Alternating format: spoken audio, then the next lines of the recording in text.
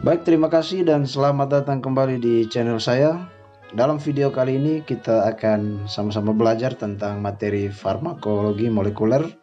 Nah, secara khusus kita akan bahas tentang farmakogenomik dari warfarin.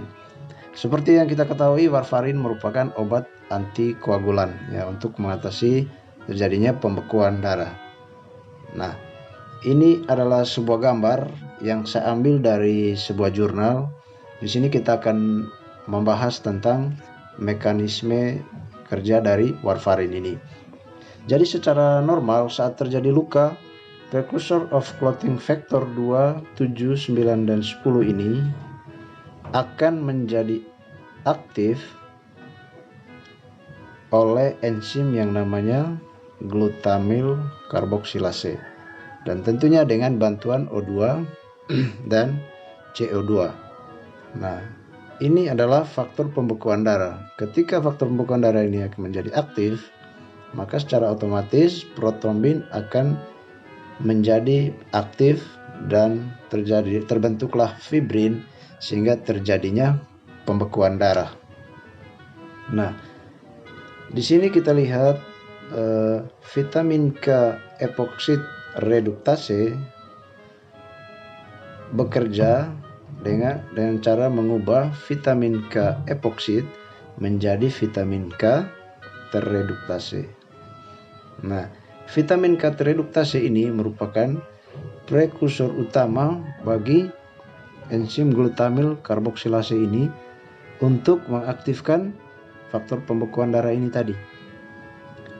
Nah, warfarin bekerja pada vitamin K epoksid reduktase ini. Jadi dia menghambat kerja dari vitamin K epoksid reduktase ini, sehingga vitamin K tereduksi ini tidak terbentuk, maka glutamil karboksilase ini tidak memiliki prekursor untuk mengaktifkan precursor of clotting factor 2, 7, 9, dan 10. Sehingga tidak terjadilah aktif clotting factors ini, dan otomatis tidak akan terjadi pembekuan darah. Nah, itulah tempat kerja dari atau mekanisme kerja dari warfarin. Nah, kita ketahui juga bahwa warfarin itu ada dua macam, yaitu S-warfarin dan R-warfarin. Nah, S-warfarin ini akan dimetabolisme oleh enzim sitokrom 2C9 ya, CYP2C9 ini menjadi bentuk yang tidak aktif, yaitu hidroksiwarfarin, 6-hidroksiwarfarin dan 7-hidroksiwarfarin. Sehingga antikoagulan dari S-warfarin ini akan berkurang oleh sitokrom ini. Nah, R-warfarin akan dimetabolisme oleh sitokrom 3A4, 1A1 dan 1A2 menjadi bentuk yang tidak aktif. Sehingga kalau dibandingkan, S-warfarin ini antikoagulannya lebih kuat dibandingkan dengan R-warfarin. Ya, karena S-warfarin dimetabolisme hanya oleh satu sitokrom, sedangkan R-warfarin dimetabolisme oleh 3 sitokrom. Nah, bila terjadi yang namanya SNP, ya, SNP,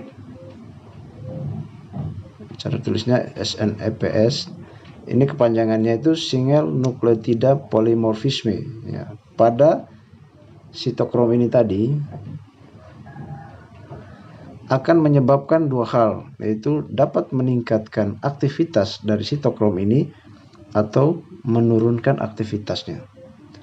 Nah, bila meningkatkan aktivitas, maka akan meningkatkan bentuk tidak aktif dari si warfarin ini.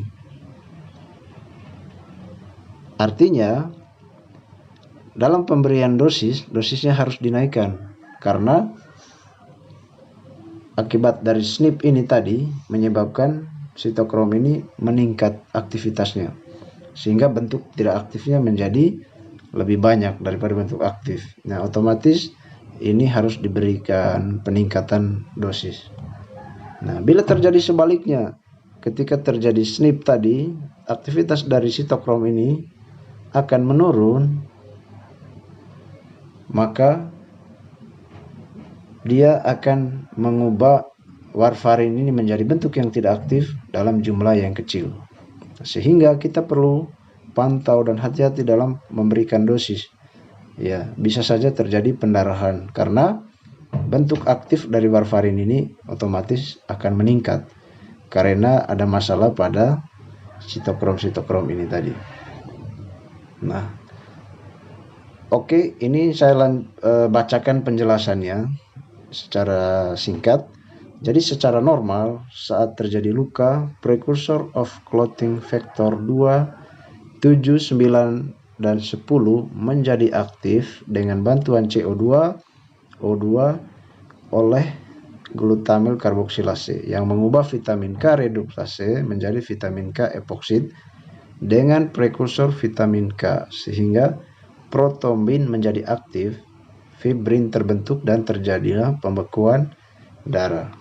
Nah, vitamin K epoksid reduktase atau Vicor C1 bekerja mengubah vitamin K epoksid menjadi vitamin K reduksid.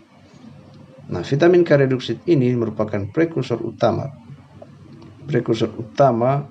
untuk glutamil karboksilase dalam mengaktifasi prekursor of factor clotting tadi. Nah, warfarin bekerja dengan menghambat enzim vitamin K epoksid reduktase Vicor C1 sehingga vitamin K reduksi tidak terbentuk. Dengan demikian, glutamil karboksilase tidak memiliki prekursor untuk mengaktifasi prekursor faktor clotting tadi. Nah, di sini warfarin ada dua macam, yaitu S-warfarin dan R-warfarin. S-warfarin akan dimetabolisme oleh enzim sitokrom 2 C9 menjadi bentuk tidak aktif.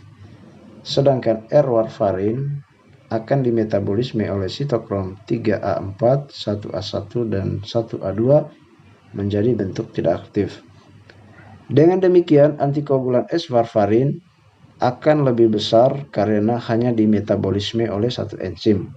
Sedangkan R-warfarin dimetabolisme oleh 3 enzim.